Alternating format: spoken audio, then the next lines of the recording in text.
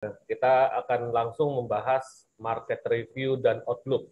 Nah, market review dan outlook ini adalah bagi yang memang baru, kita akan berdiskusi, membahas, memprediksi satu pekan ke depan, fundamental dan teknikal, ya, berita-berita apa yang akan terjadi, dan efek terhadap pasar itu bagaimana kita coba memprediksi. Ya, sekali lagi, sesuatu hal yang belum terjadi, yang kita analisa adalah suatu prediksi, dan kita coba melihat dari segala aspek, baik itu aspek dari fundamental maupun teknikal. Ya,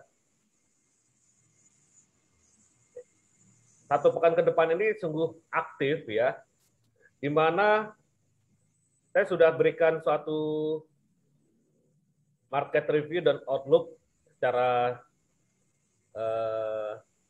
tulisan, ya, secara tulisan tadi, ya. Review minggu lalu itu adalah data penting yang sudah dilewati, non-farm payroll atau data tenaga kerjaan Amerika. Ya. Akhir pekan lalu rilis data tenaga kerja Amerika Serikat memberikan hasil yang mix, ya. Kan ada 3 data penting, ya. Pertama adalah NFP-nya bertambah, tingkat penganggurannya bertambah, dan upah per jamnya tetap. Sehingga mengurangi ekspektasi pasar atas pengetatan moneter The Fed. Ya. Paham, ya? Pengetatan moneter, pelonggaran moneter, ya. Kalau pelonggaran moneter berarti untuk menjadikan membanjiri masyarakat dengan cara tindakan stimulus, ya. Dan pengetatan moneter itu sebaliknya atau lawannya, ya. Nah, jadi acuan The Fed yang tadinya mengenai fokus terhadap tenaga kerja di Amerika Serikat, ya, ekspektasinya berkurang pasar terutama, ya, karena data penganggurannya yang bertambah. Ya.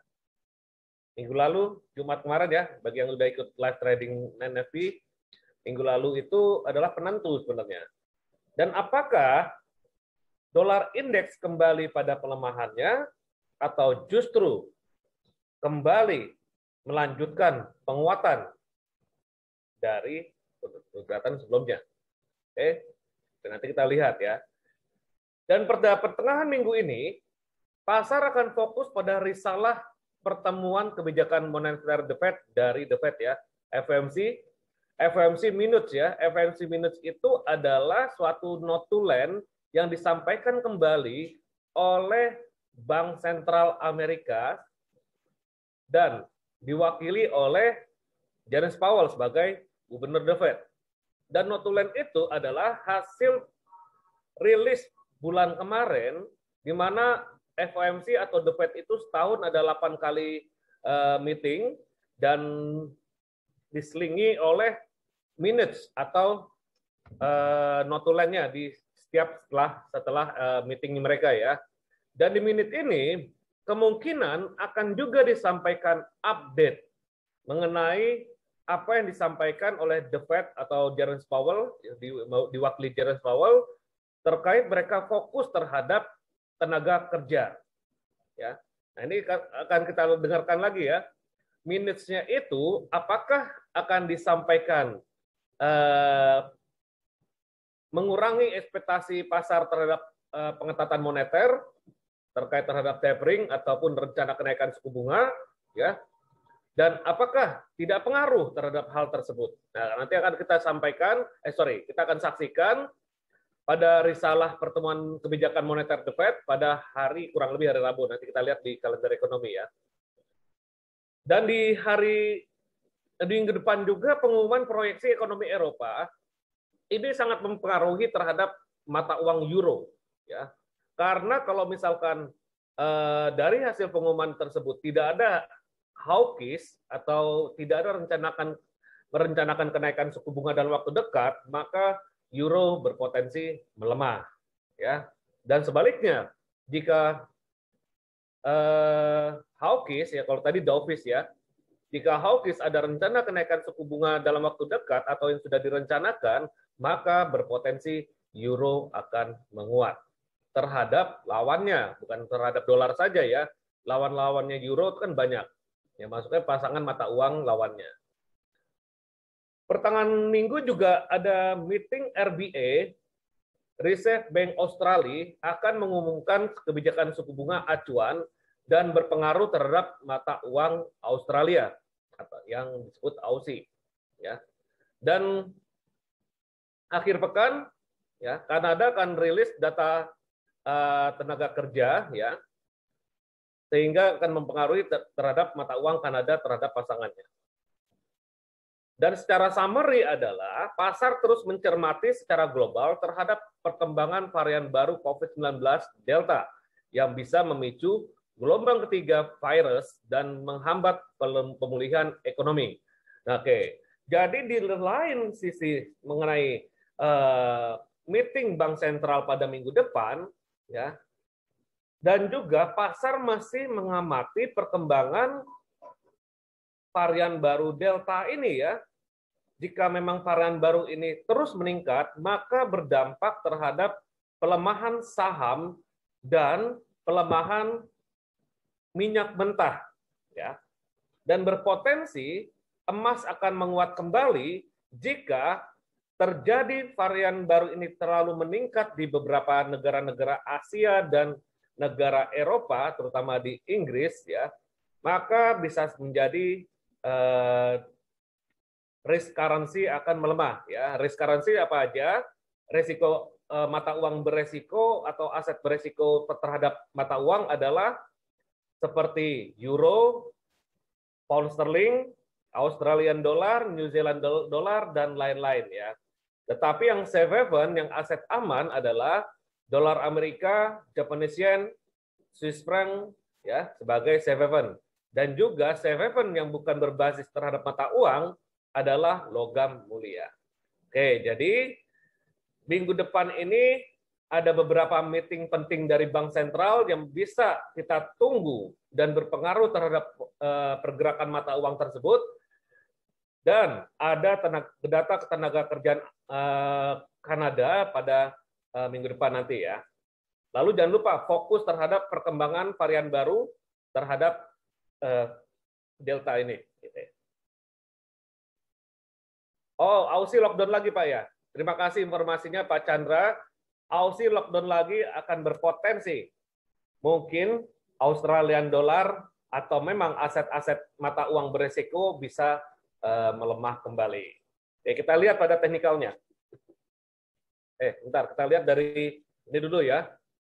Kalender ekonomi. Ya. Satu pekan ke depan, kita telusuri ya. Ini bukannya nggak penting, harus kita perhatikan. Penting loh. Ini kalender ekonomi penting yang memang membuat pergerakan pasar atau market movers ya. Karena dengan adanya data-data ini pasar jadi bergerak. Kalau nggak ada data, nggak akan bergerak pasar. Karena tidak ada pilihan ya.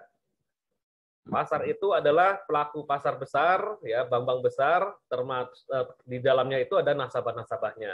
Dan di nasabahnya tersebut memilih atau investor memilih suatu aset mata uang bertujuan untuk mendapatkan suku bunga. Oke, di awal pekan ada berita retail sales Australian dollar, ya Aussie, ya, di mana berpotensi sama. Kalau misal aktualnya lebih dia bagus, maka berpotensi menguat. Tetapi kembali lagi kalau terjadi lockdown, ya, otomatis akan disampaikan pada hari Selasa lewat pidato Philip Lowe sebagai Gubernur Bank Sentral Australia atau Reserve Bank Australia, ya, di mana kalau misalkan ada rencana hawkish, ya, terutama kalau meeting Bank Sentral ini adalah rencana hawkish atau dovish ya, di mana kalau misalkan hawkish itu berencana menaikkan suku bunga. Serangan cyber di Amerika, banyak perusahaan bisnis terdampak, apakah pengaruh terhadap dolar? Ya. Belum tidak ada direct langsung, Pak. Karena gini, mata uang ini bergerak atas kontrolisasi dari bank sentral. Ya. Nah, kalau serangan cyber mungkin tidak terlalu direct, tetapi nanti ada efeknya jika pengaruh terhadap perdagangan dan juga ekonomi dalam suatu negara tersebut. Ya. Tetapi yang sangat berpengaruh terhadap mata uang adalah bank sentral. Ya. Apa saja indikator ekonomi yang diatur oleh bank, bukan diatur ya, yang akan difokuskan terhadap bank sentral? Tenaga kerja, ya, lalu ekspor impor, pembelanjaan, retail sales, ya, mengacu terhadap inflasi. Nah, jika terjadi serangan atau di luar dari kepentingan bank sentral itu tidak terlalu bergerak, kecuali lockdown dari suatu negara, karena itu mempengaruhi terhadap inflasi di suatu negara tersebut dan berdampak ekonomi melambat. Nah, tindakan bank sentral akan menyampaikan bagaimana cara pemulihan ekonomi tersebut. Nah, itu harus kita perhatikan, ya, karena kita bertransaksi mata uangnya. Nah, terhadap saham gimana? Ya, mungkin tidak ada pengaruh penting ya. Oke, kita masuk lagi ke hari Selasa. Hari Selasa kemungkinan besar RBA akan tetap suku bunganya, ya. Ini aktualnya kemungkinan akan tetap suku bunganya, tetapi yang terpenting adalah pidato dari Philip Lowe, ya, terkait terhadap hawkish atau dovish, ya. Sementara yang sudah menyampaikan hawkish kan baru dua bank sentral, Kanada dan The Fed, ya. Jika Aussie di luar dugaan kita menyampaikan hawkish, maka walaupun lockdown, Aussie dolar akan menguat. Ya. Kenapa? Investor lebih tertarik mencari mata uang yang memang suku bunganya di atas rata-rata. Nah, walaupun dalam kondisi lockdown, mungkin dia akan spike dulu atau menguat dulu sementara dan kembali lagi pada berita ekonomi dari suatu negara tersebut. Tetapi sebaliknya, jika memang tidak ada rencana kenaikan suku bunga atau dovish, maka Australian dollar akan melemah. Oke. Tetapi kembali lagi, kita sebagai trader begitu dapat info, jangan langsung telan mentah-mentah. Begitu Aussie kelihatan melemah dari dovishnya langsung sell. Salah. Yang benar adalah begitu kita dapat fundamental ini, informasi fundamental di mana data tenaga kerjanya sudah bagus dan juga rencana bank sentralnya sudah akan menaikkan suku bunga, maka jika seperti ini ya, kita rencana buy di support atau mencari support untuk buy. Dan sebaliknya, jika tidak ada rencana kenaikan suku bunga, kita mencari sell di resisten. Jangan langsung sell gitu, cari di resisten. Fundamental sebagai filter, technical sebagai timing entry kita. Kedua-duanya kita kaitkan. Ya. Fundamental sebagai filter, terutama fundamental grade A dari bank sentral, ya ini kan grade A termasuk ya. Technical, timing entry-nya. Ya, tetap teknik trading kita teknikal kita gunakan untuk mencari peluang sell di Australian dollar sebagai tindakan nanti jika dovish. Tetapi market pun juga terkadang di luar dugaan, ya. Walaupun misalkan dovish, tiba-tiba Australian dollar tetap menguat. Jangan heran kok datanya jelek, harganya naik, ya. Bisa saja market sudah merespon dari sebelum data rilis. Ya, seperti yang saya sampaikan pada hari Jumat, fundamental trading itu ada 3. Ya. Sebelum data rilis, saat rilis, dan setelah rilis. Pasar sudah melakukan aksi jual beli sebelum data rilis, begitu setelah data rilis, mereka akan taking profit kembali karena datanya sesuai dengan ekspektasi. Ya. Ya, jadi yang saya bilang ilmu trading itu ilmu sosial, ada hal seperti ini. Tetapi juga trading juga ilmu matematika, ada hitungan kalkulasi yang bersifat rumus dan itu bisa terjadi kepastian. Ya, jadi luas ilmu trading, jangan berpaku terhadap satu saja, ya, karena bisa saja fundamental ini di luar dugaan, ya, katanya datanya bagus kok harganya turun, kata datanya jelek kok malah naik. Nah, berarti ada suatu di luar dari ekspektasi, misalkan data Aussie jelek, ya, karena trading forex kan pasangan, nggak hanya Aussie saja, mungkin saja dolarnya melemah sehingga mengakibatkan walaupun data Aussie dan di Australia itu sedang lockdown, tetapi dolar lebih melemah, bisa saja Australian dollar menguat.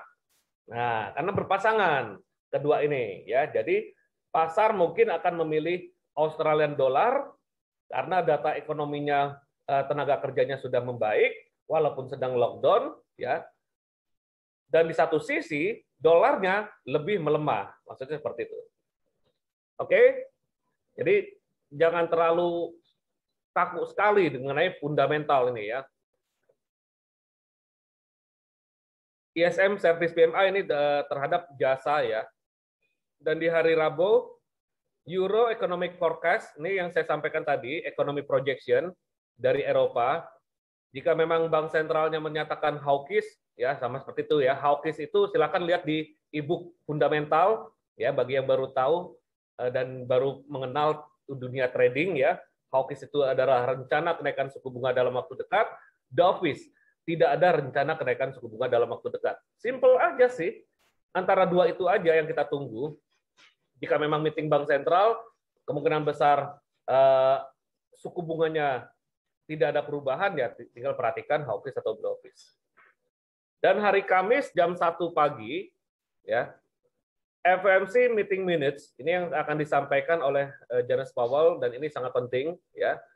Jika memang ada penambahan informasi terkait terhadap tenaga kerjanya yang memang di luar ekspektasi, nah kita coba dengarkan apa kata Om Powell. Nah, jika Om Powell menarik kembali kalimat untuk menaikkan suku bunga atau mungkin ada nada, perhatikan lagi ya, kalau misalkan Gubernur Bank Sentral ini ya gaya bahasanya sangat pintar, ya. Misalkan dia melihat bahwa ya mengeles lah intinya ya, suku bunga tetap rencana dinaikkan ya, tapi lihat lagi nih kelihatannya masih agak lama ya, masih melihat dari perkembangan dari data ketenaga kerjaan dan inflasi dan lain-lain. Nah, berarti itu masih ada kemungkinan besar ya abu-abu ya. Nah, berarti kita mencari teknikalnya untuk sell dolar ya. Nah, tetapi kembali lagi hari Rabu atau hari Kamis nanti kita akan review kembali ya. Karena pidatonya itu jam 1 pagi di hari Kamis ya. Nggak usah nungguin ya. Ya. Nungguin nanti repot ya, begadang-begadangan ya. Dan di hari Kamis juga udah mulai ada meeting G20. Ini meeting negara-negara maju ya, G20. Ya. Dan akan mungkin membahas terkait terhadap pemulihan ekonomi. 2 hari ya meeting ya. Dan di hari Jumat ya, pidato dari Christine Lagarde sebagai Gubernur Bank Sentral ECB atau Euro Bank. Tahun depan Indonesia jadi host G20 di Bali. Mudah-mudahan berjalan lancar Bro Yuda ya. Nah, dapat ini ya, dapat job IO-nya nih. Dapat job nih IO-nya nih. Belum, Pak. Masih desas-desus saja di Kemenlu. Aduh, ya kalau dapat Kang Tau bagus lah. Amin. Oke, di Bali ya G20 tahun depan ya di Indonesia ya. Oke, kita lihat lagi perkembangannya. Ya mudah-mudahan ada solusi ya mengenai ekonomi yang memang terkait fokus terhadap varian baru nih, perkembangan varian baru ini akan dibahas di G20 ya. Dan itu juga akan berpengaruh terhadap rencana Bank Sentral selanjutnya dari hasil meeting tersebut. Ya. European Central Bank atau ECB, selaku Gubernur Christine Lagarde akan menyampaikan pidato di panel discussion ya mengenai COVID ya, di Global Forum Productivity ya. Kita lihat lagi perkembangan nanti bagaimana ya. Biasanya kalau Gubernur Bank Sentral pidato itu selalu dikalenderkan ya. Dan di Inggris juga sama ya.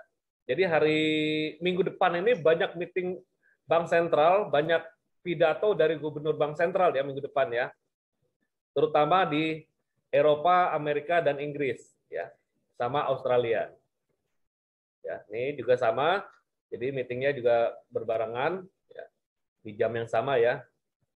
Kanada, data tenaga kerjanya akan diumumkan biasanya kita berbarengan, biasanya 1 bulan selang-seling berbarengan dengan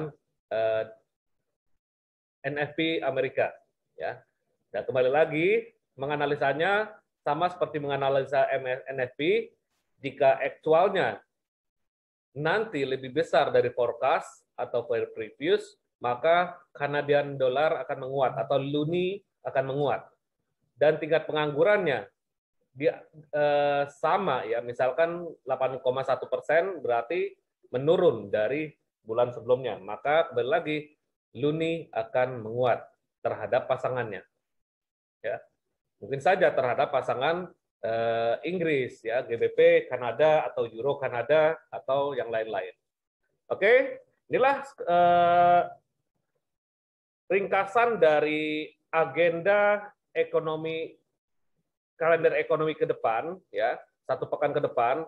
Sekali lagi, sepekan ke depan itu berfokus terhadap beberapa meeting bank sentral ya, dan perkembangan dari varian baru COVID-19 Delta yang bisa mempengaruhi pergerakan pasar saham dan juga minyak mentah ya. Di luar itu, misalkan ada data yang memang biasanya setelah NFP market tidak terlalu besar ya, tetapi di sini ada banyak berita, ada pidato bank sentral ya akan berpotensi besar ya, dan di mana di hari Senin itu Amerika pun juga libur ya, Amerika libur. Dan jika memang ada pergerakan signifikan di hari Senin tanpa ada data-data Bank Sentral Amerika, maka berpotensi itu disebabkan oleh faktor spekulan. Virus Delta sudah banyak di USA, yuk kita lihat di perkembangannya, Bu. Biasanya datanya ada di data itu World COVID. Nanti biasa ada ini ya, ada grafiknya ya. Ini ada nggak?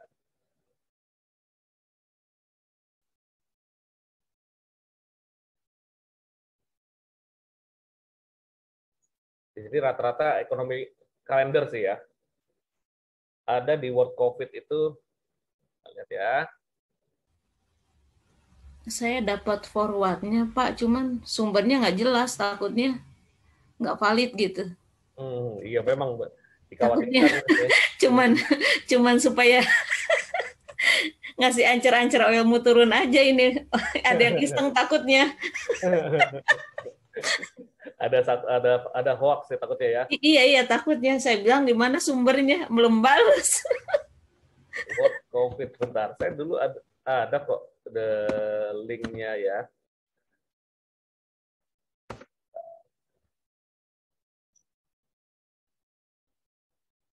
World Meter, sorry. Ada ya tadi ya. Worldometer. Dilihat ke bawah nanti ya. Linknya itu Worldometer, Bu. Worldometers. Ke bawah biar selesai dulu. Dia lagi mengupdate ya. Sambil update kita seruput dulu ya.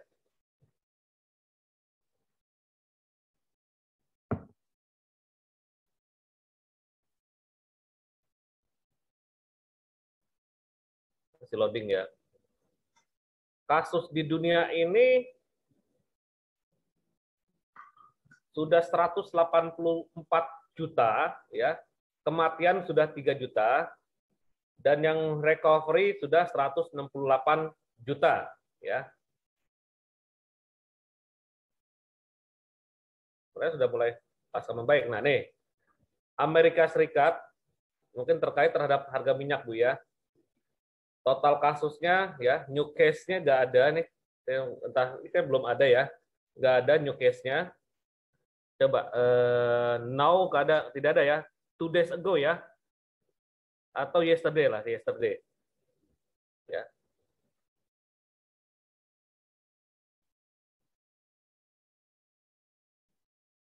Oke. Di Amerika total kasus 34 juta ya.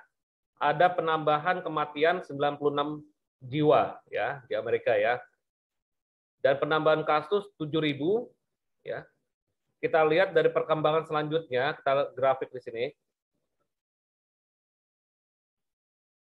Yes.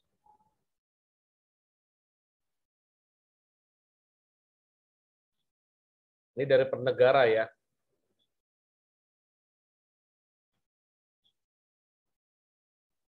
Per negara maksudnya adalah dari beberapa daerah ya.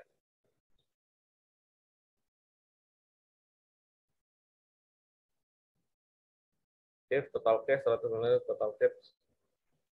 Nah, 34 juta ini terdiri dari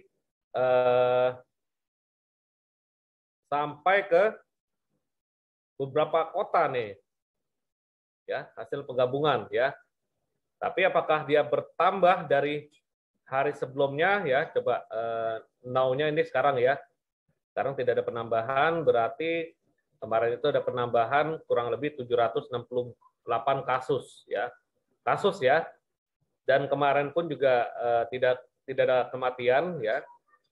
Dan total recovery-nya ya dari total case itu sebenarnya sudah mulai membaik ya untuk California ya. Tetapi untuk di beberapa daerah ya dari 96 yang kematian ini sebenarnya masih tergolong tidak terlalu besar dari populasinya ya, total populasi Amerika Serikat ya. Oke. Nah, ini bisa dilihat di Worldometer ya, Bu ya. Ya, terhadap peningkatan kasus-kasus tersebut. Dan kita lihat lagi besok update-nya apakah grafiknya itu menguat ya. Ini bisa dilihat dari pergerakan grafik ini ya.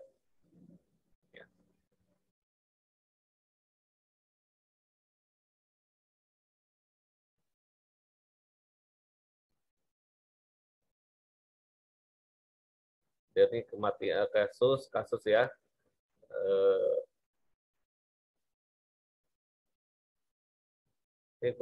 Ini perhitungan 7 hari. Nah, masih loading ya.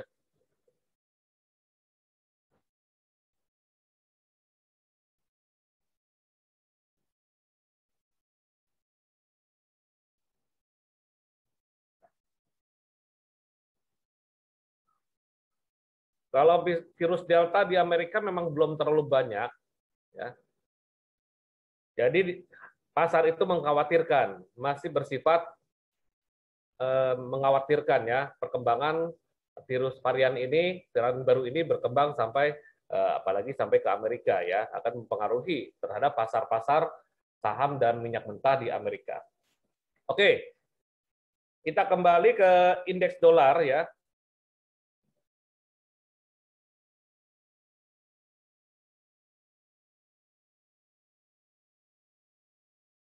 Kita lihat pergerakan indeks dolar dari bulan lalu itu sudah membentuk bullish engulfing ya, bulan lalu. Penutupan 1 bulan lalu atau bulan Juni itu sudah menutupi bullish engulfing. Nah, jika ada koreksi, kemungkinan besar koreksi kembali ke 50% Fibonacci. Ya. Nah, ini satu rally ini kita tarik dan ini membentuk suatu pola candle bullish engulfing di 50%. Ya, dia sudah diuji ya, 61,8% diuji, dia naik turun lagi 50% ya. Bisa saja ini penentu dia melanjutkan naik lagi untuk menguji ke tahap selanjutnya 38,2% yang terdekat. Dan kembali juga bisa saja kembali ke 61,8% sebagai support ya. Oke, weekly kita lihat penutupan satu minggu ke belakang, penutupan candle ya, closing candle di satu minggu sebelumnya ya sudah membentuk karakter pola mother bar, inside bar. Dan ini seperti bearish pin bar ya. Coba kita lihat di GK ya. GK kita lihat closing weekly-nya. Kenapa closing weekly perlu? Ya karena sudah satu minggu ke belakang sudah tutup candle. Nah ini sangat penting. Ini hampir sama ya. Hampir sama ya. Nah ya, dengan FX Pro, GK Invest hampir sama. Jadi kemungkinan besar masih sideways satu minggu ke depan atau belum menentukan suatu kepastian di mana kalau yang sudah belajar price action mother bar inside bar ini adalah ya masih belum ada kepastian terhadap market ya. Bisa saja dia melanjutkan turun ke bawah ke sini atau bisa saja dia melanjutkan naik ke atas sini ya. Nah, kembali lagi pola grafik yang jangka panjang ini menentukan untuk ke depannya. Dan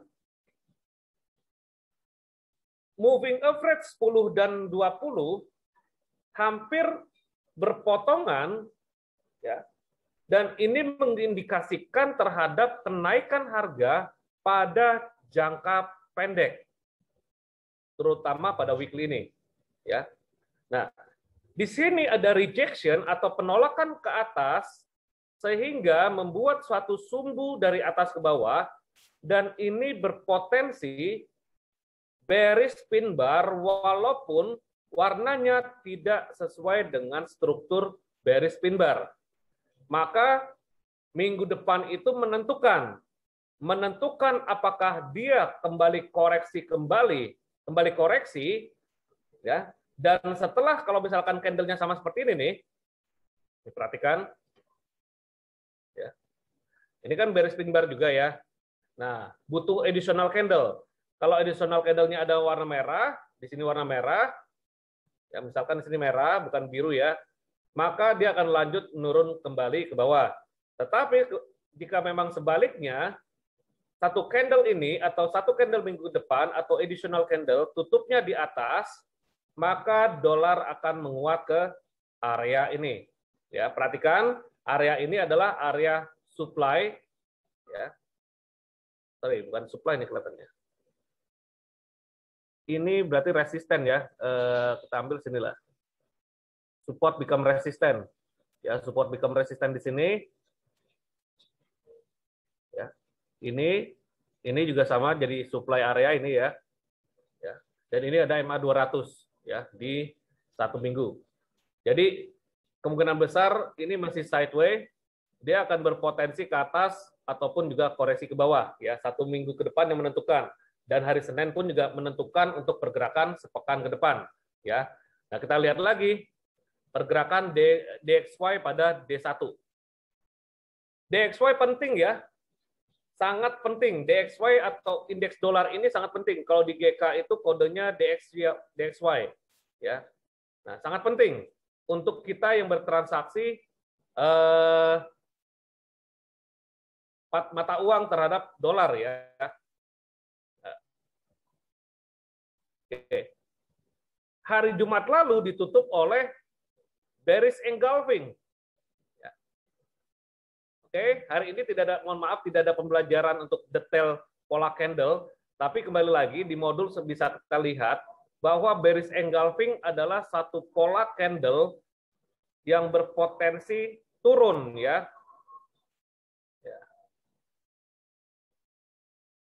Ya, bearish engulfing ya. Kalau bullish engulfing dia naik, berpotensi untuk naik, dan bearish engulfing akan turun. Nah, bagian baru nih, ya. Ini bullish engulfing ya. Oke.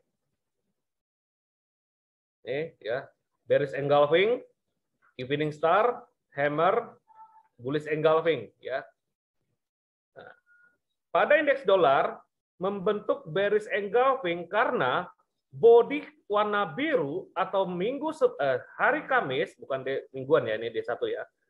Hari Kamis blue candle ditutup oleh red candle. Ditutup penuh bodinya, birunya ya. Dan keseluruhannya pun juga ditutup. Nah, ini berindikasi bahwa harga indeks dolar berpotensi melemah dan dia membentuk sebuah diagonal, dan diagonal ini berpotensi membuat suatu pola ya. Nah, bisa seperti ini polanya ya. Ini ke sini. Jadi dia akan menguji sini nih. Kalau memang D1-nya itu membentuk bearish engulfing dan weekly-nya membentuk sebuah bearish pin bar yang memang warnanya tidak sesuai, ya akan kemungkinan besar indeks dolar akan tertahan resistennya di sini, di atas ini, dan supportnya di sini. Karena di atas ini adalah jadi suatu area supply.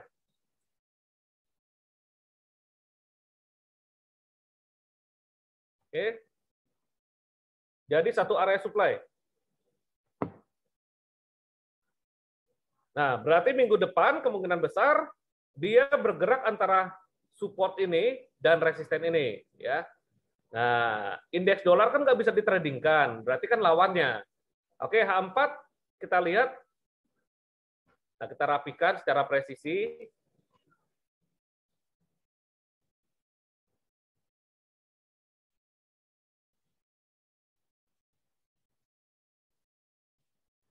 Nah, kemungkinan sampai sini ya. Ini ya. Nah, ini akan menentukan lagi nih di sini. Ya. Jika memang dia break ke bawah, maka dolar akan melemah dan sebaliknya. Jika memang dia berbalik ke atas, maka akan menguji ke area atas ini. Ya, diuji kembali sini ya. Nah, berarti masih tergolong sempit dan menunggu notulen the Fed FOMC meeting minutes ya, bukan FOMC economic projection ya. Minutes itu adalah notulennya, tetapi ada penambahan dari gubernur bank sentral karena ada kaitannya terhadap perkembangan dari tenaga kerjaan di Amerika Serikat. Oke, jadi kesimpulan di D1 sudah kita lihat bahwa indeks dolar berpotensi koreksi ke sini ya dalam 1 pekan ke depan ya. Dan ini ada pin bar yang akan berpotensi menahan, dan pin bar itu menjadi demand area ya. Nah, ya ini ya. Ini ada pin bar. Perhatikan D1. Di GK juga ada ya. Ini pin bar. Maka supply-nya di atas ini, demand-nya di bawah sini. Ya. Dan kalau misalkan dia turun, area ini menjadi area supply.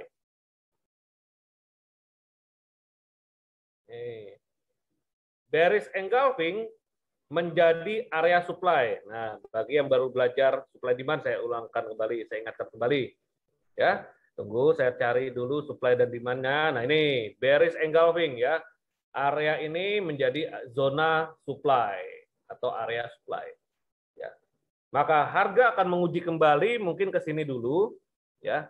Retest dulu ke sini dan mungkin saja langsung turun ke bawah sini. Berarti rentangnya itu masih dalam kondisi sideways. Oke.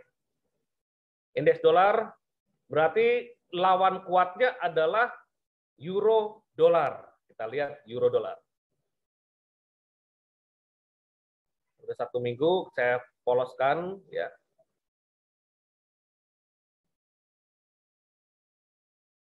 Euro dolar korelasi terbalik berbeda dengan indeks dolar, di mana di euro dolar membentuk bullish pin bar tetapi yang warna merah nih. Ya. Closing weekly-nya. Ya.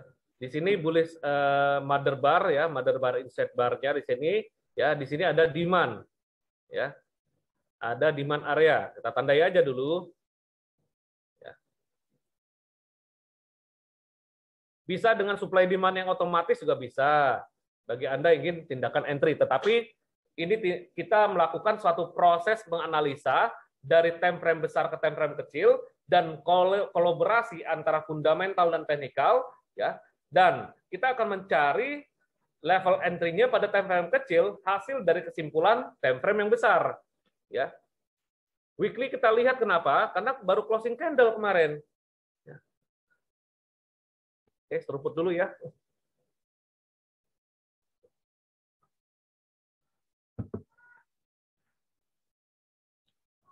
Oke, jadi ini sebagai demand ya, demand area, dan strukturnya kita lihat masih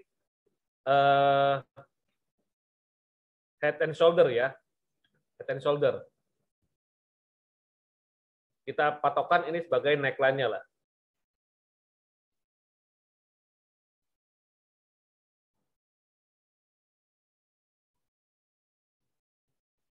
Head and shoulder. Ini weekly ya. Oke. Yang baru belajar head and shoulder, saya perlihatkan lagi head and shoulder. Nah, ini kurang lebih seperti ini ya. Head and shoulder ya. Dia memiliki dua pundak, satu kepala. Ya. Dan ini berpotensi turun. Ya, tinggi turunnya itu adalah dari tinggi polanya ini. Ya. Ada total 8 atau 7 sampai 8 titik ya. Titik 1 2 3 4 5 6 7.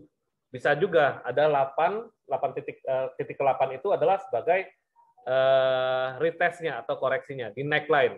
Nah, kita tentukan neckline-nya karena proses dari chart pattern tersebut berawal dari prapotensi, potensi dan konfirmasi. Ya, prapotensi ini masih 1.1 2 3 dan 4, ini prapotensi. Dan 5 berpotensi.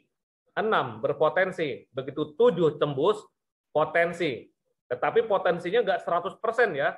Di luar dugaan sesuatu hal bisa terjadi. Ya, yang dimana prediksi kita turun, bisa saja dia naik. Karena bisa berkembang. Oke, ini berpotensi ya. Berpotensi head and shoulder karena dia memiliki suatu pundak. Saya kasih warna ini loh ya. Nih. Ini ya. Dua pundak, satu kepala. Bisa dilihat? Nah, bisa saja euro tembus dan koreksi ke atas, dan minggu depan menentukan dari pidato gubernur bank sentralnya ya di hari Rabu mengenai ekonomi forecast ya.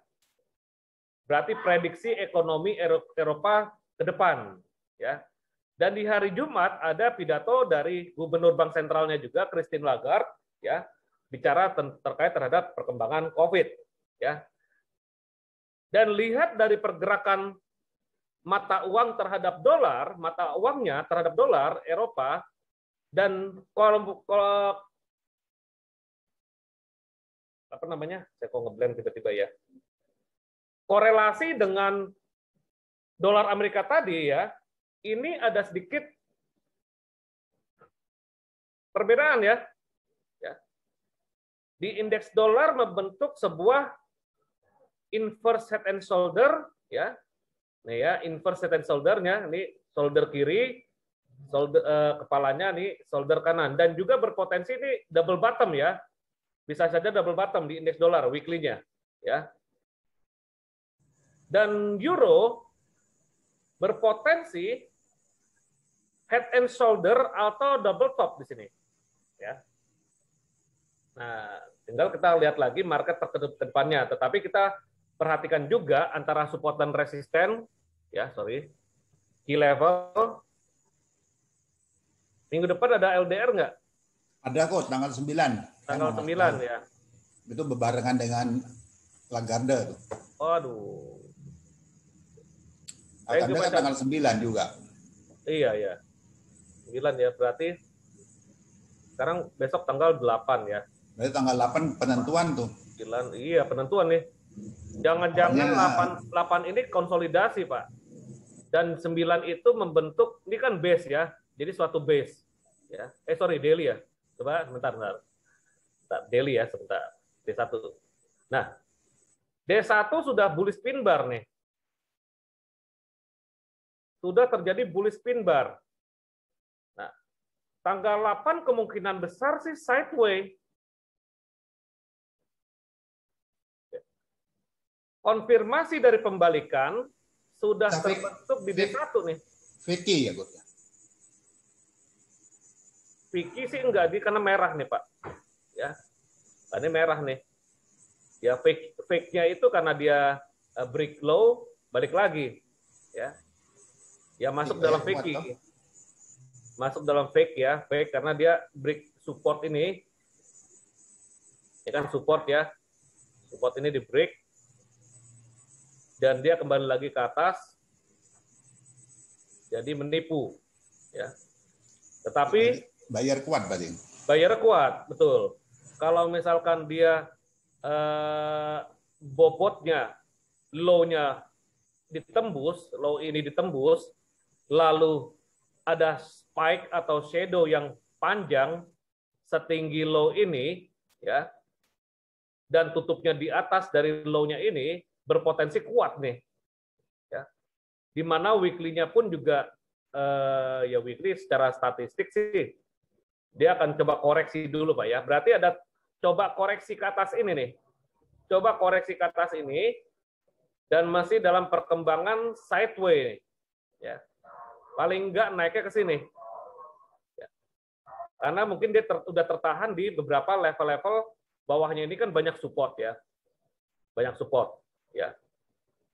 Dan ini pin bar ini bobotnya kurang lebih 80% ya. Bisa mungkin 85% karena apa? Dorongannya dari break low ini ya. Jadi bearish trap atau tipuan dari bearish dan disusul oleh closing candle bullish berpotensi naik ke atas ya. Dan tutup candlenya ini, tutup hammernya ya, di atas dari open candle sebelumnya. Nah, secara price action dia kuat bobotnya. Karena closingnya itu di atas dari open ini. Opennya ya, bukan high-nya tapi opennya. Nah, yang udah belajar price action nih, perhatikan. Ya. Open candle ini di atas dari, closing candle ini di atas dari open ini. Ini opennya kan di sini, turunnya di bawah. Ya. Opennya di sini, tutupnya di atas. Ya. Nah, maka akan berpotensi naik. Dan hari Senin kan libur ya, Amerika. Ya. Bisa saja berpotensi naik dan juga sideways, sambil mungkin ada LDR tuh. Ya. Oke. Ini saya tandai dengan warna hijau. Karena D1 ya. D1 warna hijau, ini lebih ke jangka pendek.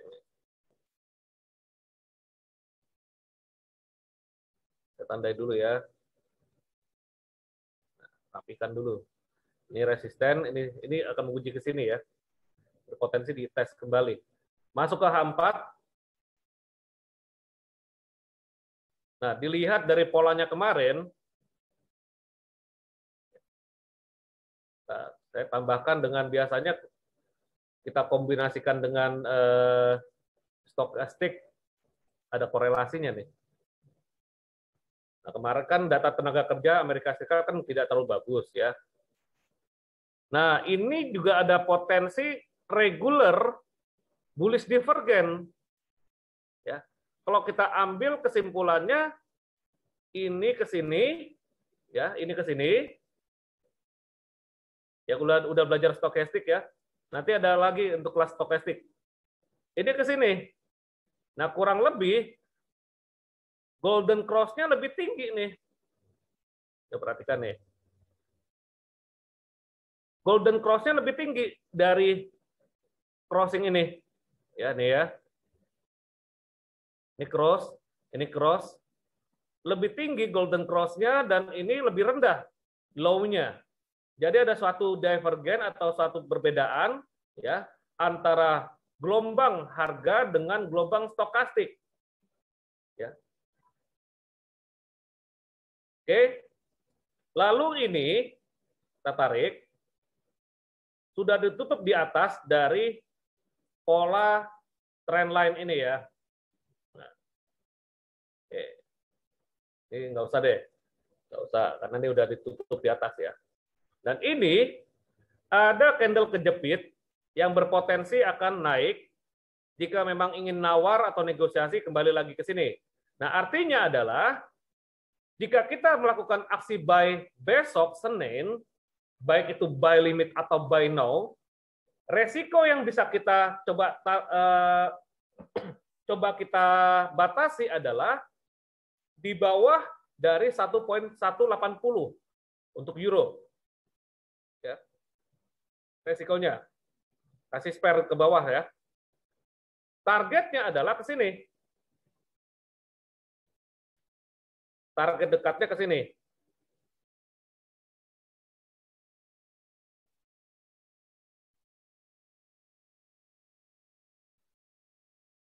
Dengan yang otomatis juga boleh tuh supply demand ya.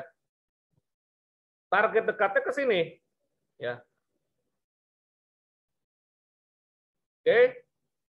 Dan ini juga bisa jadi hambatan-hambatan nih. Kita coba tarik lagi nih hambatan-hambatannya nih. Nih ya. Kalau kita tarik Fibonacci ini ke sini, bawah ya. Ini jadi hambatan-hambatan. Oke.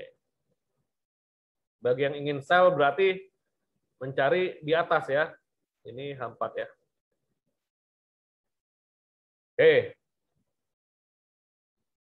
Agak ngantuk nih. Dari pagi, dari jam 8 saya.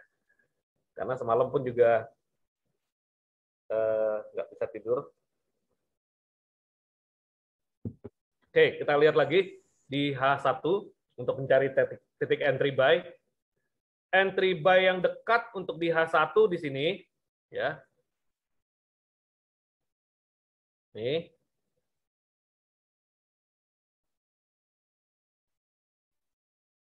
Buy euro ya.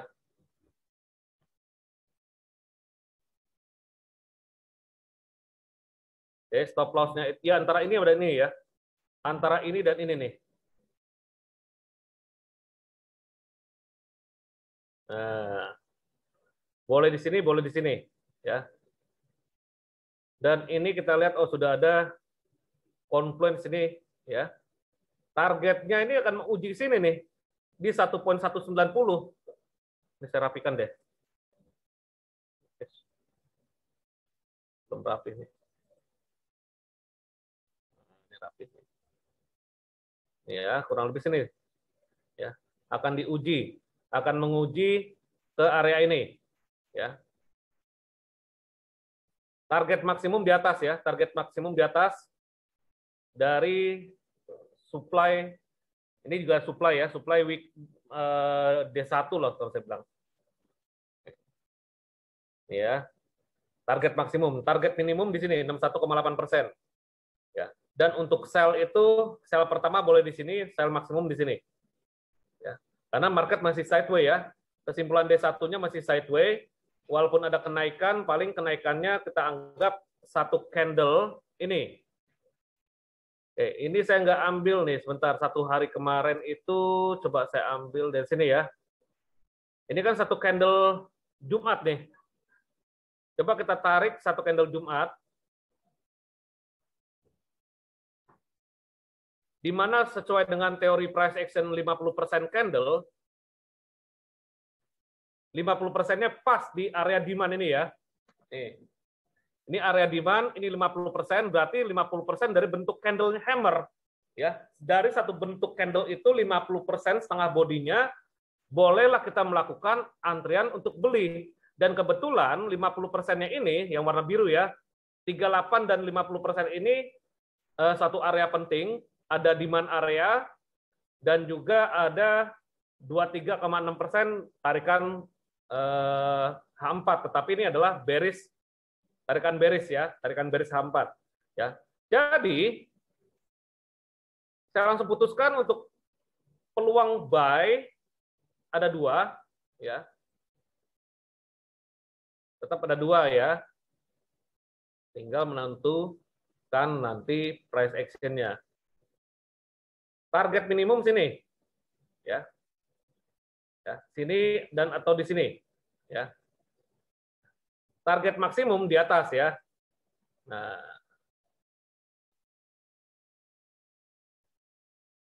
oke, stop loss-nya kalau rencana buy di sini, stop loss di sini 30 atau 40 pip, ya. Jika buy di sini, stop loss-nya 27 pip. Nah, jadi saya simpulkan risk area itu di sini, ya. Jadi nggak hanya profitnya saja, atau area stop loss lah, ya, yang mungkin batasan resiko atau batasan jika terjadi market nggak sesuai ekspektasi. Jika terjadi loss, ya saya batasi lossnya sampai sini, area ini, ya. Kurang lebih spare 5-10 pip ke bawah. Dari harga terendah ini, spare-nya kurang lebih 5-10 pip ke bawah. Ini area ini. Targetnya berapa pip? Coba. Dari sini ke sini, 73 pip. Ya. Dan di bawah lebih besar otomatis. Nah, tinggal Anda menentukan antara titik A, titik 1 atau titik 2 untuk Anda buy, dan untuk sell tunggu di area ini, ya. Tunggu di sini ada di H4, coba kita lihat. Nah, di level inilah, ya, level 61,8%, dan ini ada Fibonacci, ada moving average, ya. Oke, bungkus. Ada pertanyaan untuk euro? Atau ada masukan? Kenapa euro duluan, Coach? Ya karena korelasi terbesar terhadap dolar Amerika secara bobotnya. Ya. 60% loh pergerakan euro ini dan pergerakan indeks dolar tersebut, ya, 60% saling berkorelasi. Karena mereka sama-sama negara perdagangan. Paham? Bisa diulang atau udah paham belum nih? Responnya dong. Bungkus. Bungkus, ntar pelaksanaannya beda lagi. Udah dibungkus-bungkus pelaksanaannya beda. Ya. Tapi sedikit ya forex-nya, ya. Mungkin analisa yang lain sama karena besok masih dalam kondisi live trading, ya. Forex-nya ini mungkin euro doang, ya. Oke. Udah bocoran nih, Coach. Ya, kurang lebih sama lah. Lihat dari weekly, ya. Artinya gini, proses dari analisa kita ini ada sisi edukasi, ya, dari weekly closing candle-nya bagaimana, ya, lalu bentuknya grafiknya seperti apa, ya. Nah, ini setiap minggu saya selalu menyampaikan cara menganalisa sepekan ke depan, ya, dan mungkin bisa saja jadi harian trading, ya. Nah, entry-nya di H1. Kenapa? Dapat kesimpulannya itu atau final result-nya di H1. Tadi dari weekly ke H1 kan. Kalau H1 saya nggak dapat kesimpulan, mungkin saya ambil lagi M30 untuk mencari bidikan lebih safe. Oke. Dolar yen sama, ya, nih korelasi tuh data tambahnya tuh. Lihat aja closing candle weekly, ya, dan closing candle D1, ya, kurang lebih hampir sama, ya. Berarti dolar yen ini berpotensi koreksi. Dolar Swiss, dolar Swiss saya juga ada posisi nih. Dolar Swiss, ya.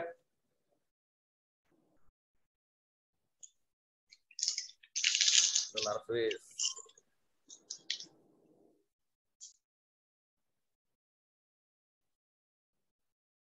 Closing weekly dulu. Ya, wah, ini hati-hati nih. Ada rejection. Nah, saya juga harus aware. Ini ada rejection weekly-nya. Mungkin saja buy limit-nya mungkin saya cancel. Ya. Karena bisa saja di dalam sampai sini. Ya. Weekly, closing weekly ada suatu bearish pin bar. Ya. Dan ini bisa saja berindikasi VK. Karena sudah naik, masuk lagi ke bawah. Berarti hari Senin harus di cancel lah, cancel saja. Recalculate paling dalam untuk buy. Berarti saya cancel.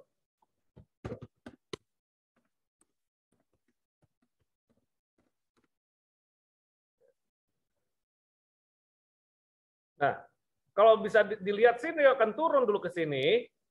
Ya. Ini ada pin bar juga. Ya. Di sini juga ada ini weekly-nya ya. Di sini juga ada D1-nya ada MA 200. Ya. Tetapi kalau kita perhatikan weekly ini kuat juga loh, bisa saja setengah body ini. Ya. Karena dia juga membentuk diagonal,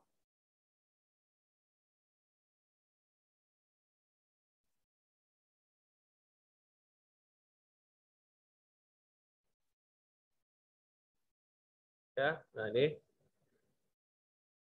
ini sudah terjadi bearish engulfing D1. Dan bisa saja bukan bearish engulfing ya, ini evening star.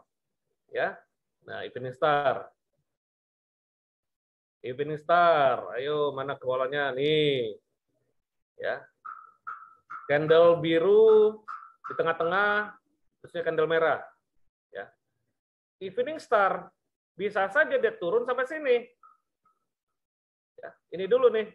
Ini kan ada supportnya di sini dan juga di situ ada MA 200. Resistennya ini. Nah, jika ingin sell, mungkin ada peluang. Ya. Sell-nya di mana?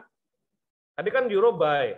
Berarti dolar Swiss-nya ini kebalikannya atau mirroring-nya. Ya. Ini nggak usah bikin ini deh. Stokastiknya biasa ada bearish regular ya. Nah, tuh ya. Stokastiknya udah regular divergen. Tuh. Ya. Nih, perhatikan. Puncak ini harga gelombangnya naik. Nah, artinya gini ya, setiap pengamatan kita ini adalah edukasi. Apa itu regular bearish divergen, apa itu regular bullish divergen. Nah, itu yang sudah kita pelajari sebelum-sebelumnya. Ya. Dan ini regular bearish karena gelombangnya naik ke atas, gelombang stokastiknya turun. Dan mengindikasikan sudah masuk ke 50% Fibonacci, stokastik ya, akan berpotensi ke sini. Nih. Mungkin kalau nggak cancel kita buy limit di sini boleh lah. Tapi saya cancel dulu deh. Ya. 4. Bisa berpotensi ke sini ya. Nah, untuk sell-nya itu Anda bisa ke atas. Ya.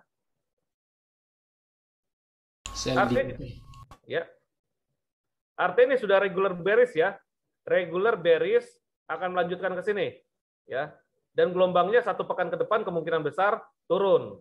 Ya, keseluruhan, tapi nggak linear turun gitu. Ada gelombang-gelombang pada time frame kecil. Nah, kita cari ke time frame kecil. Cari area-area yang memang bisa jadikan area entry.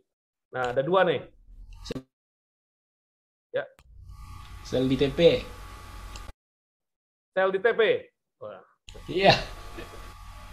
Ya, TP ini ya, TP merah ini ya. Ya, makanya saya bilang ada dua, ya. Pertama, ya ini di TP, ya. Ini juga sebagai area entry.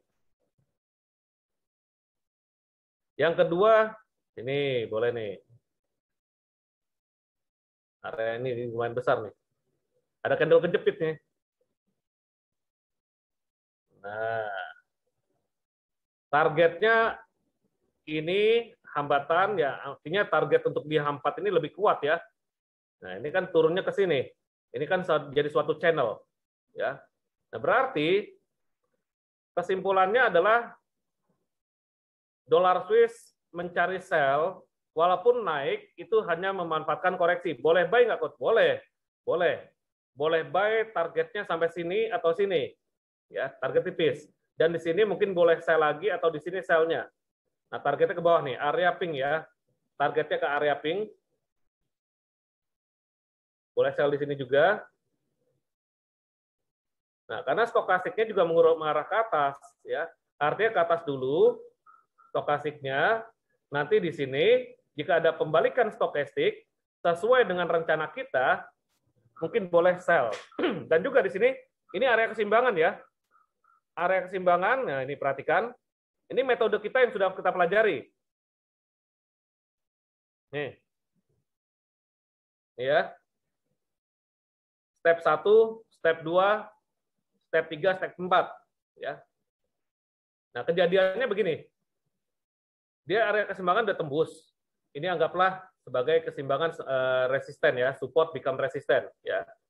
Dan kita gunakan Fibonacci dari atas ke bawah.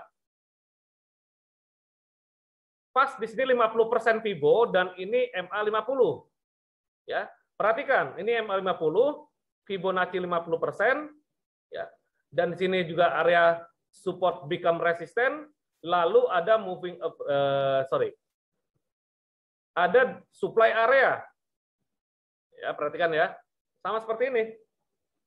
Tinggal kita tunggu pola candle apa yang muncul di sini. Jika ada pola reversal, bearish reversal, mau itu bearish pin bar, shooting star, ya, bullish bearish reversal, bearish engulfing, ya, bearish inside bar, dan lain-lain ya. Jika muncul di situ ya sell. Tadi Pak Kadir bilang sell di TP, ya benar. Ini area keseimbangannya nih, support become resistant, ya. Dan jika dia naik paling sampai sini, maka stop loss-nya bisa di atas ini berapa pip coba? Untuk aman ya. 45 pip. Ya. 45 pip stop loss. Targetnya kurang lebih 1:1 lah ya. Kurang lebih 1:1 ya. Target ke sini 50 pip, ya kurang lebih ke sini. Target maksimum sini 80 pip. Ya, jadi target maksimum 1:2, resikonya misalkan 45 pip, ya. Targetnya bisa 80-an pip. Ya.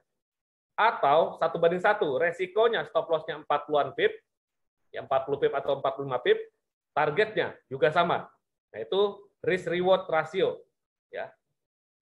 Oke, bungkus. Bungkus. Ada pertanyaan? Ya. Silakan kalau yang ada pertanyaan. Lewat ya. Pas ya. Oke, forex saya rasa cukup deh. Crude oil. Karena minggu depan ada meeting OPEC nih. Ya. Weekly masih bullish ya. Kemarin udah kita bahas ya. Crude oil ya. Weekly masih bullish, tetapi lihat lagi perkembangannya. Karena ini adalah masuk mendekati resisten level. Ya, 77. Ya. Bisa saja resisten level itu nggak disentuh. Kan definisi support resisten kan begitu ya. Definisi support resisten selalu diuji, didekati, disentuh dan ditembus ya. Tetapi di sini mendekati sedikit, tertingginya ini di 76.19, selisih kurang lebih $1 dengan resisten puncaknya. Tetapi pada pola candle mingguan dan bahkan bulanan belum ada tanda-tanda seller masuk. Ya, saya nggak melihat berita-berita isu lah. Kalau harga ini kan bergerak karena isu-isu berita. Tetapi kita lihat data dari pelaku pasarnya dalam visualisasinya pola candle. Karena pola candle menentukan apakah sellernya sudah masuk atau buyernya masih dominan. Di sini kita lihat buyer masih dominan, ya. Tetapi buy pun juga terlalu tinggi karena mendekati resisten, selisih $1 dari resisten, ya. Harga puncaknya, high-nya tuh, lihat 1 minggu kemarin, ya. Nah, berarti di saat mendekati resisten ini, mungkin kita tidak bisa trading swing trade atau jangka panjang terhadap crude oil. Karena apa? Buy pun juga mendekati harga resisten. Mau sell-nya pun juga belum ada tanda-tanda seller masuk. Benar nggak? Apa mata saya salah nih? Jangan-jangan di broker Anda beda. Coba lihat FX Pro ya. Oke, kita lihat broker yang satu lagi. Kenapa FX Pro ya? Saya lebih Ini ke sini ya. Dia di UK loh nih. BS kan di Rusia. Ini UK. Jadi regulasinya itu FCA. Ketat loh Bapeptinya sana. Ya. Dan GKFX juga sama. GK pun juga memiliki regulasi di UK. Ketat. Maka saya bukan senang ya, maksudnya saya anggap aman lah untuk kita bertransaksi di broker yang memang terregulasi di Bapepti Inggris, ya, daripada Rusia. Ya. Oke, ya.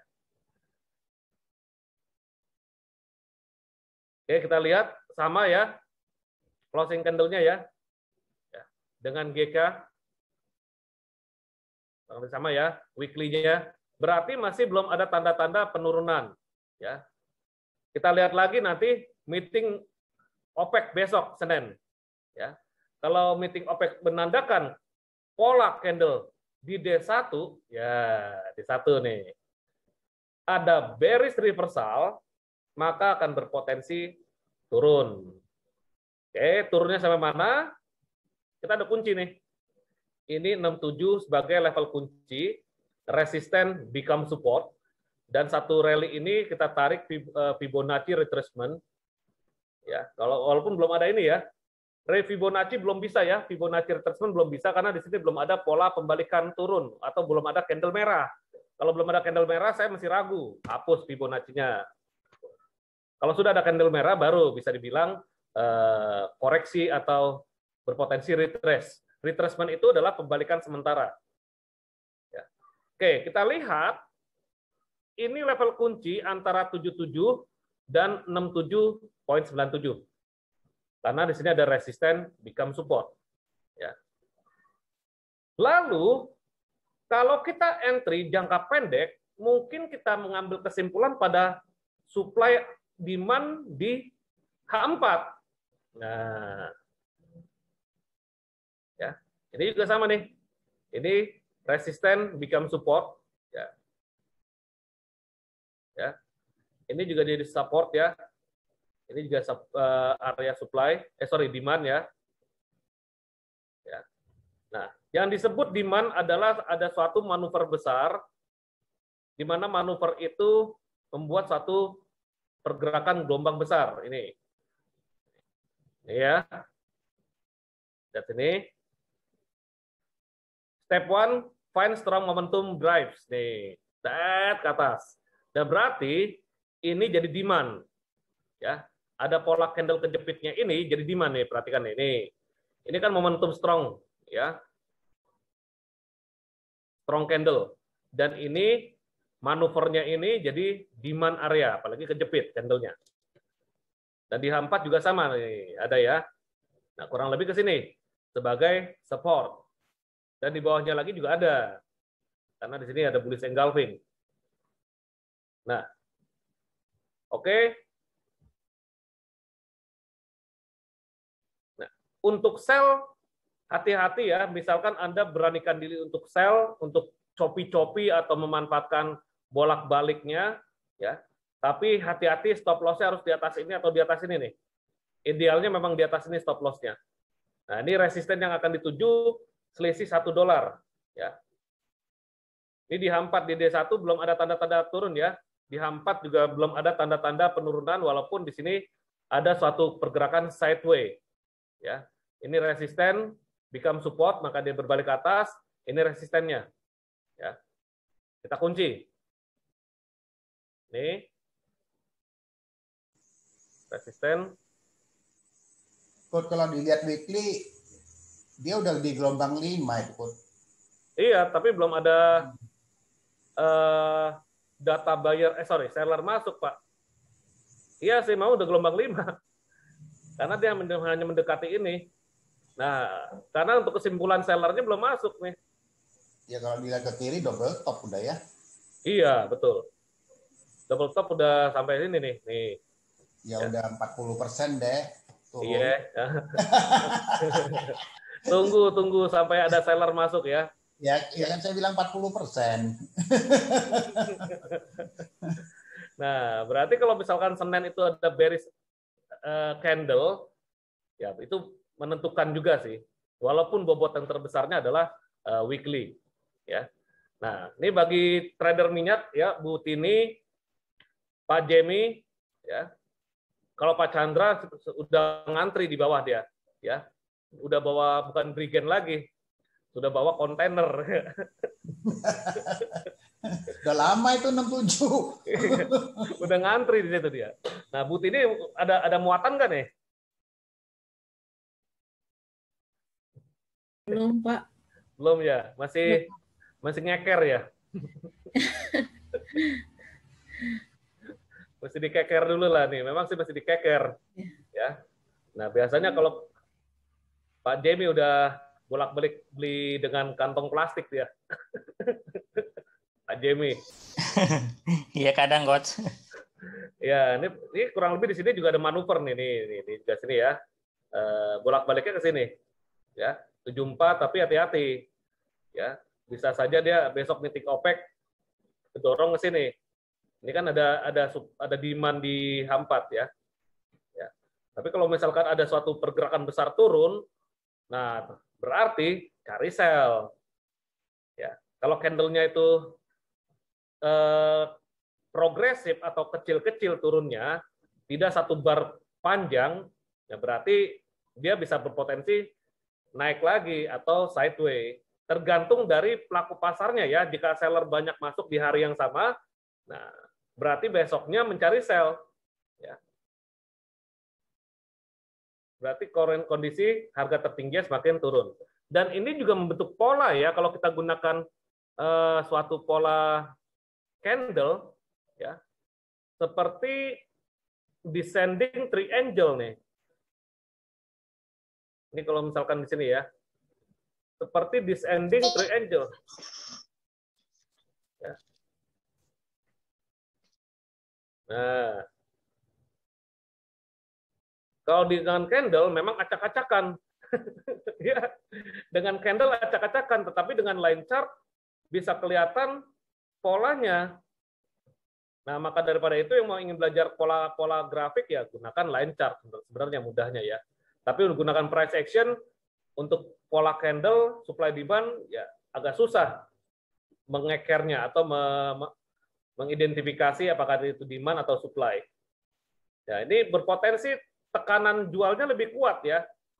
Tapi kembali lagi, descending triangle ini netral, bisa ke atas, bisa ke bawah. Kalau dia turun, tinggi polanya ini berlaku, anggaplah ini di descending triangle ya, karena kelihatannya seperti itu. Ya. Tingginya kan segini, turunnya kemungkinan segini. Ya, kemungkinan lagi ke sini, ke demand, dan sini ada MA 200. Ya, jika dia turun. Oke, saya ulang lagi.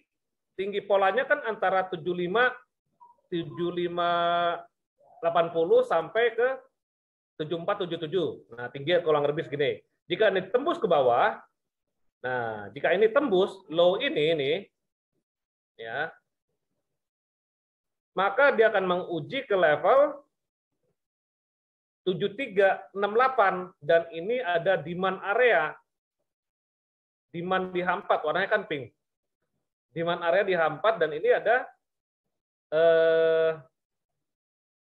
exponential moving average 200 ya. Nah, kalau kita tarik Fibonacci dari sini ke atas ya, apakah cukup membantu? Magic ya, 61,8%. Oke? Tapi syaratnya harus tembus low-nya ini dulu memang. Ya. Bungkus? Price action-nya kalau sell, tunggu dia break low ya. Tunggu dia break low, sell, targetnya sampai sini. Dan untuk buy yang dekat, ya di sini, 373. Ini ada demand, ya, demand area di H4, sama saya kasih warna pink, ya. Dan ini juga ada MA 200 di satu confluence ya, 61,8% juga di sini. Ya, ini masih sideways.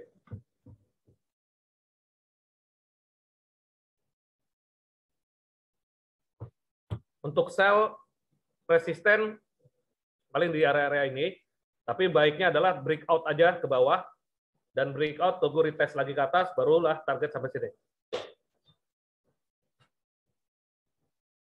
Oke, tunggu lagi meeting OPEC besok ya. Tunggu meeting OPEC besok. Oke, selanjutnya kita masuk XAU. Ya. Kita udah bahas sering XAU sebenarnya sih ya. Dan karena udah sering bahas, ya harusnya paham ya. Oke, secara struktur memang bullish ya, bullish, ya trennya bullish, dan ini adalah satu secondary reaction, ya. Dan monthly-nya hati-hati, kalau kita gunakan satu manfaatkan koreksi, misalkan gini, Anda ingin mencari resisten, nah targetkan aja sampai sini. Ini PO saya tutup dulu ya.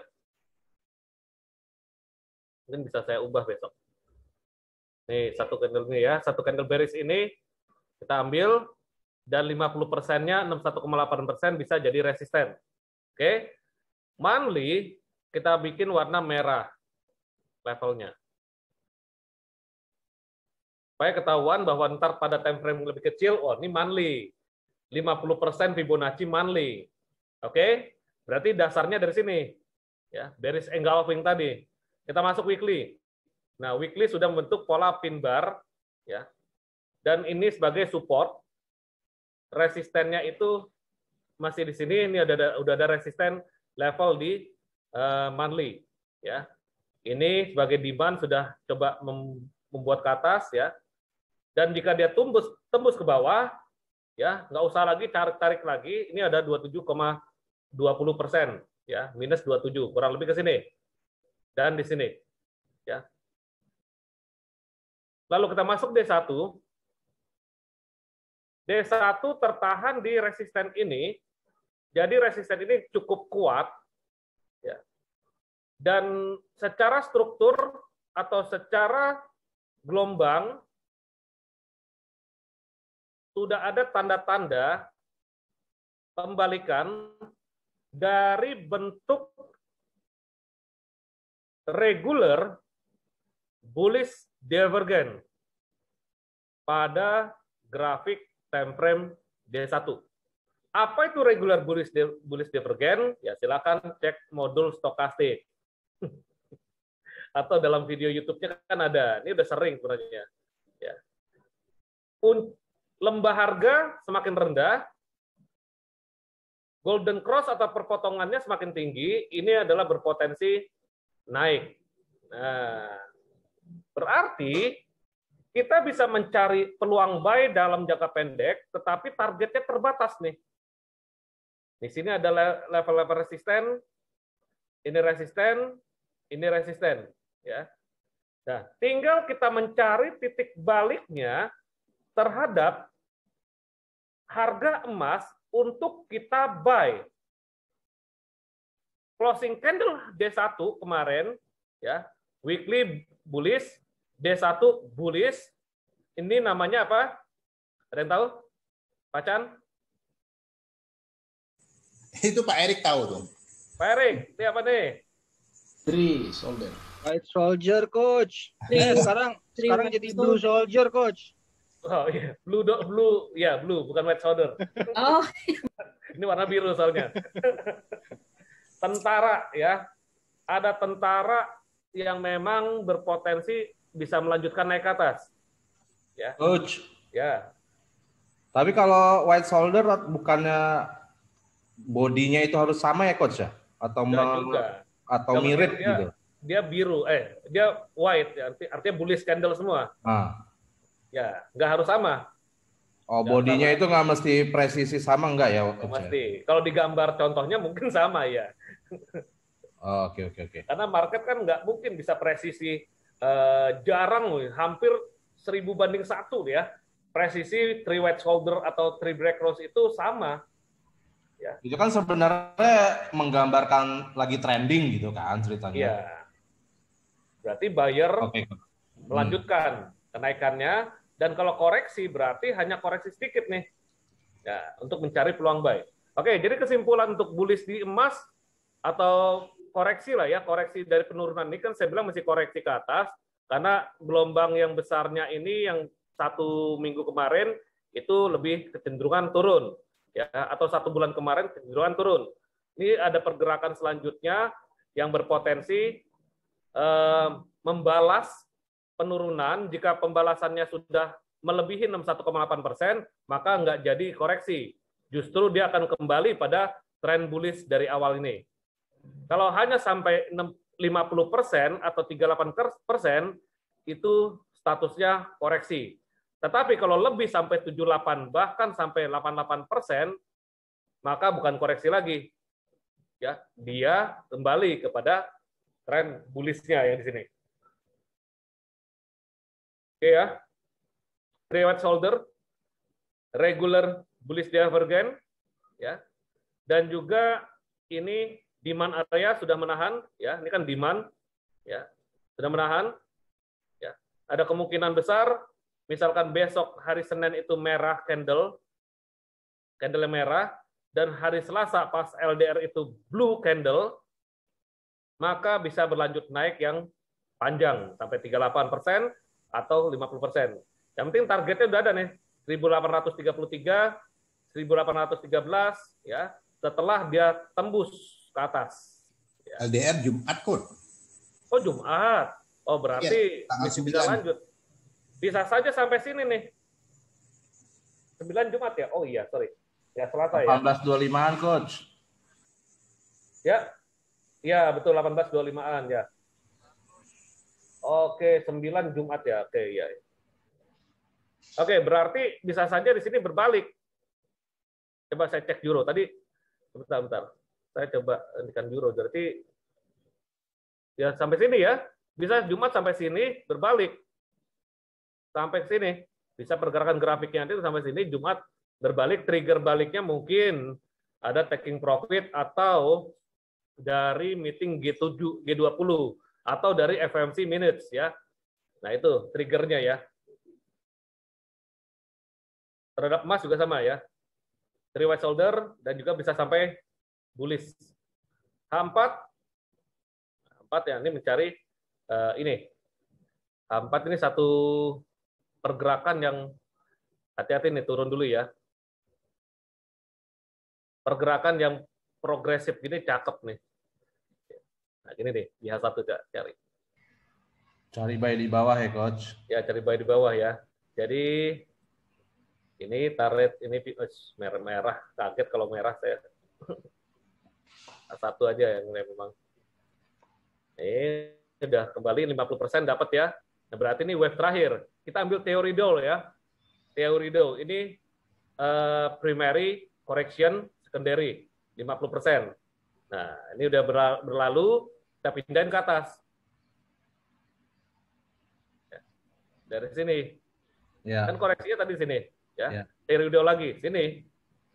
8178 ya, Coach. Ada apa 7181? Ada demand area ini. 78 ada demand, Coach. Ya, 78 juga demand juga di sini. Ini ada SBR. Ini H1. RBS. RBS, betul. RBS. 78 cucok meong kayak, Coach. Ya, antara ini 61,8 atau 50% ya. Karena teori Dow itu kan antara zona ini ya. Nih.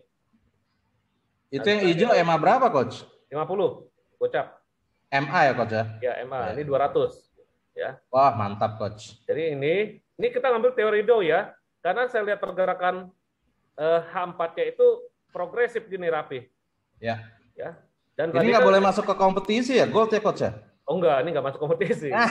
Ini buat uang beneran, uang beneran. Oh iya iya. Nah, kalau ini ke sini nih, saya ulang lagi ya. Saya ulang lagi periodenya. Ini kan wave terakhir. Setelah dia sini turun, ya. Dan ini adalah titik balik, saya bilang ya. Dari sini ke sini, puncak ini 50% Fibonacci sudah mantul retrace. Nah, sekarang ini jadi dasarnya, jadi dasar. Ya, teori Dow kan begitu. Dow teori. Ini ke atas. Nah, 50% sama 61,8%, ini confluence dengan MA200, dengan MA50, dan juga demand area, juga RBS, resistance become support.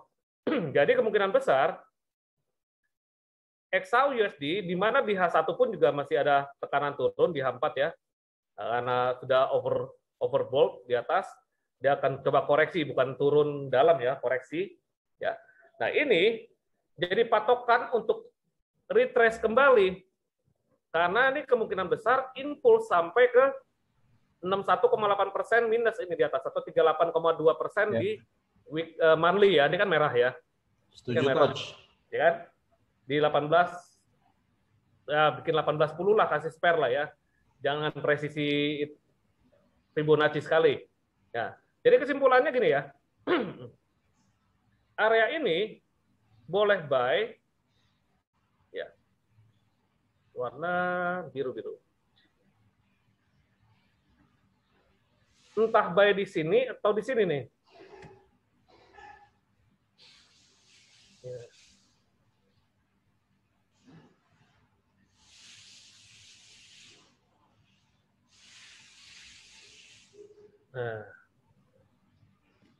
Nah ya, stop loss-nya boleh di bawah 78,6% stop loss-nya, ya, atau di bawah 61,8% jika 50% kita udah dapat entry, ya.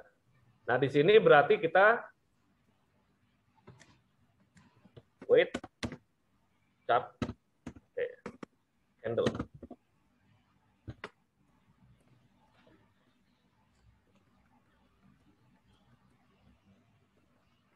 Candle pattern ya. Coach, Senin itu kan banyak yang libur, Coach. Spekulan kan pasti main nih. Bisa main, bisa libur juga sih. Kebanyakan main dah. Libur apa sih? Iya ya. Terus gimana Pak Chan? Apa ya identifikasinya ya kalau dia mau ngebohongin harga sama kita? Ya paling enggak itu kan suatu sentimen. Karena kan kita udah analisa nih, analisa kita kan juga bukan hanya kita aja yang tahu loh kan. Iya.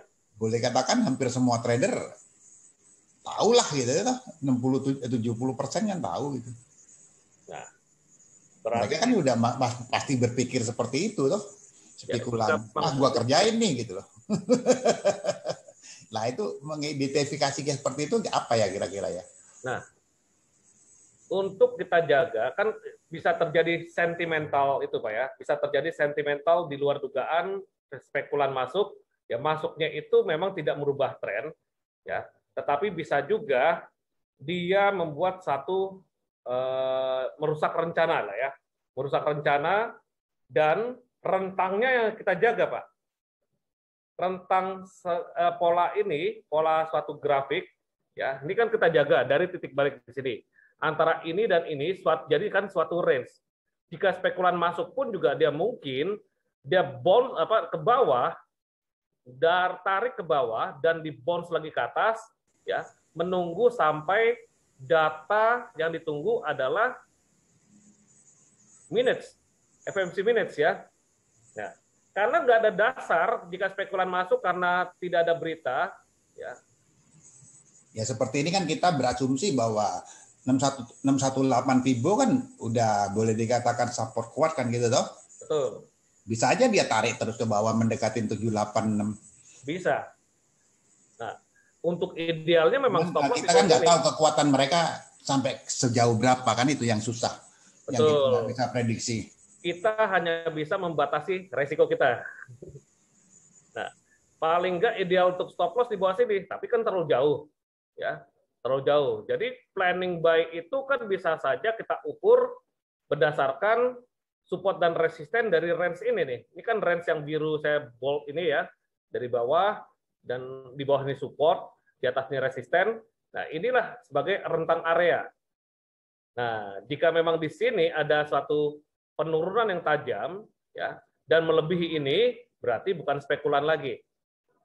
Ada suatu tindakan di luar dugaan ya, terutama bank yang melakukan ya. Nah, kalau Bank Amerika libur, siapa yang melakukan? Nah, berarti ada satu tindakan yang kita nggak pernah ketahui di situ. Dan kita akan riset hal tersebut, yang penting jaga dulu modal kita. Nah, jadi 70% analisa ini, 30%-nya itu adalah faktor X ya. Jika faktor X itu adalah lebih mendominasi, ya, maka bisa saja analisa yang kita buat itu gagal. Ya. Untuk menjaga modal kita, ya batasi resiko. Walaupun sudah kita analisa ataupun tidak, tetap resiko tetap ada.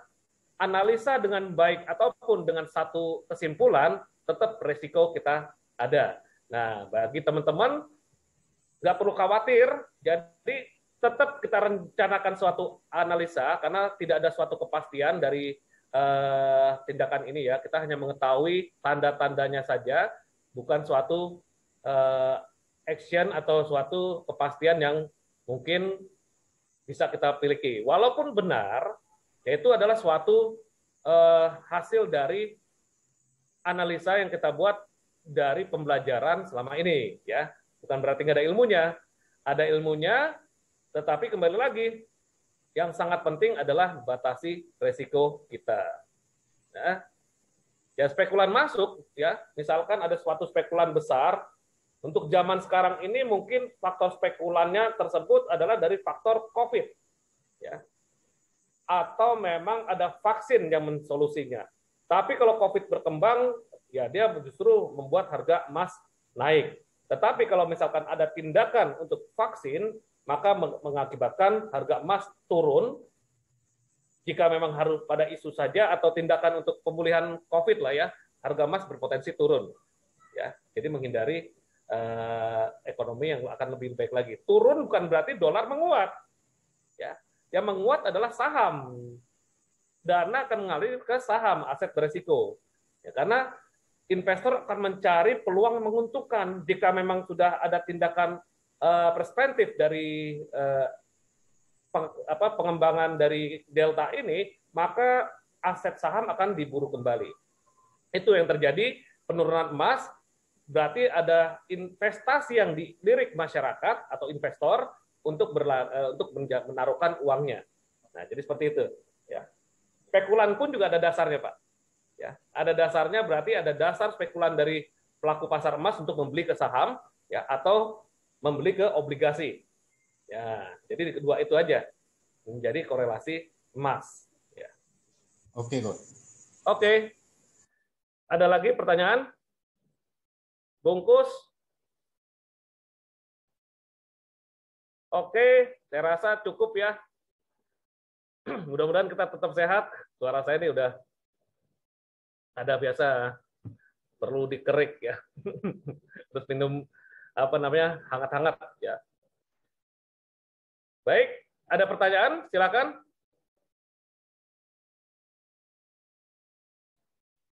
Yang lain gimana nih? Ya. Kompetisi trading tetap berjalan ya.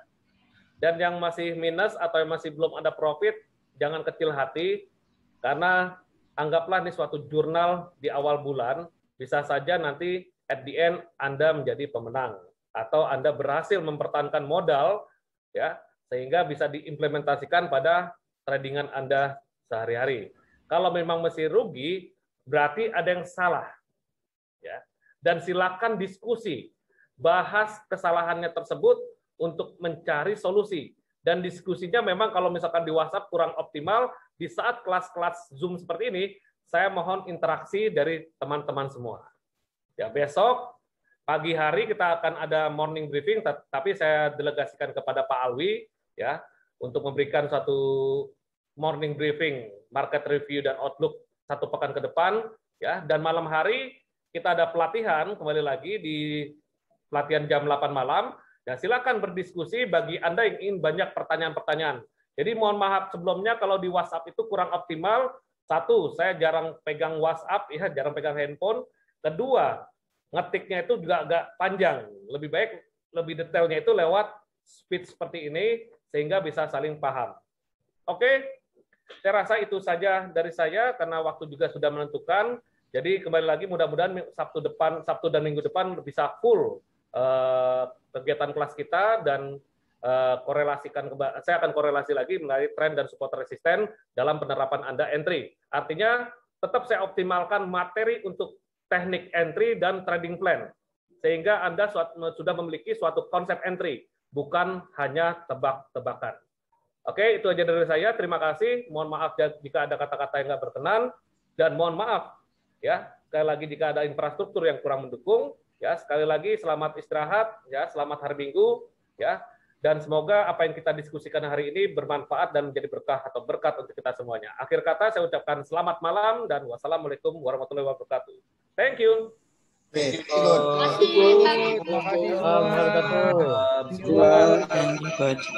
selamat sore semuanya. Selamat sore semuanya, dan jaga kesehatan selalu, ya. Tetap jaga kesehatan, tetap semangat intinya.